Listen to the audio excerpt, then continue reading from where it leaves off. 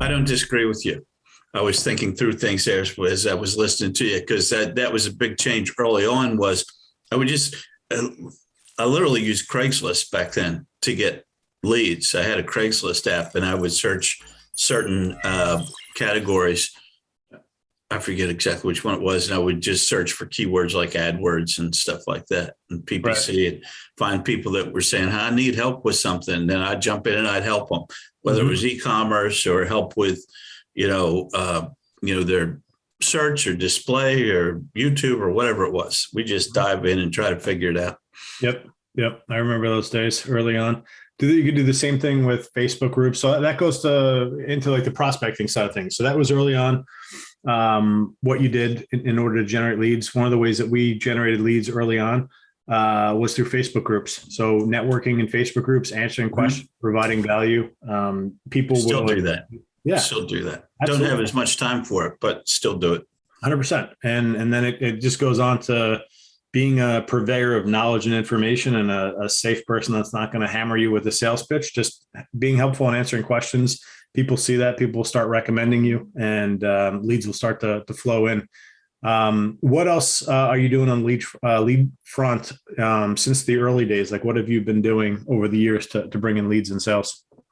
Yeah, the interesting thing was that at the time I left the agency I was a salesperson, and I actually went out and did a lot of traditional sales type things, going to the BNI groups and going to the challenge with that was no matter what I got up in front of people and said that I did, all anybody heard was that's the web guy.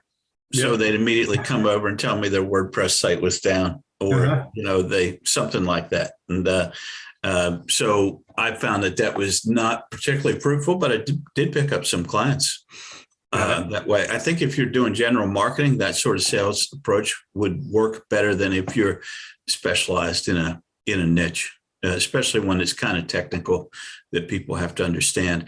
Other things we do is very active on Facebook, and we've gotten a lot of business that way over the years. Referrals, obviously, buying leads, having the web, existing, and that seems to over time just get some business to come your way.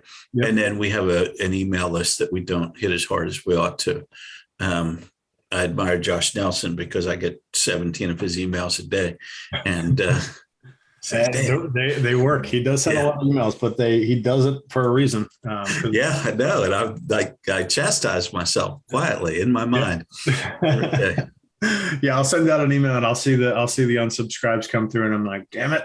But then I think that guy wasn't buying anything anyway, so that's why they left. So Exactly, yeah. not So your target audience. exactly.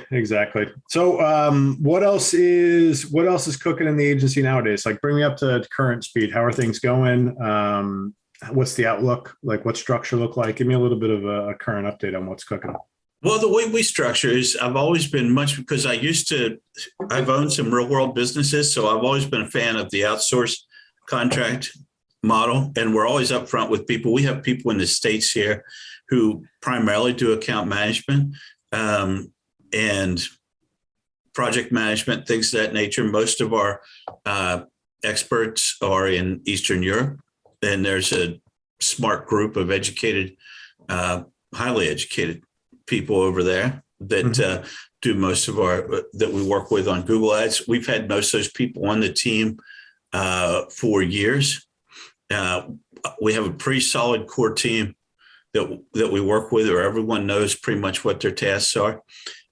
So I feel super good about that. We're sort of following in the invisible PPC model and some other white label agencies have done, where we're niching down into specific niches that we know perform well. Will we take on an occasional client, in some unknown space, perhaps? But we're finding our systems work better, and we're able to deliver more value to the clients when we stay inside niches that work well Yep. and they have historical performance in. I agree. Yeah, we took the same path as well. Early on, when Rob and Joe did that at Invisible. So for those that don't know, they basically stripped out all the niches they'd be in and closed it down to, I think it was maybe 50 or 100 niches, and said, we'll only operate within these. in my mind, initially, I was like, okay, the market just opened up. We can take on way more of this white label business. And it was great. And we did. But as we're doing it, I'm seeing the strategy behind it.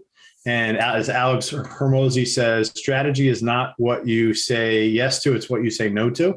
So I love that quote. I love that. Yeah. It dawned on me like, oh, these guys are doing this because it's outside. It breaks the system. The Ford assembly line is not built to make Volvos, and the Volvo assembly line is not built to make Fords. So it dawned on me why they did it.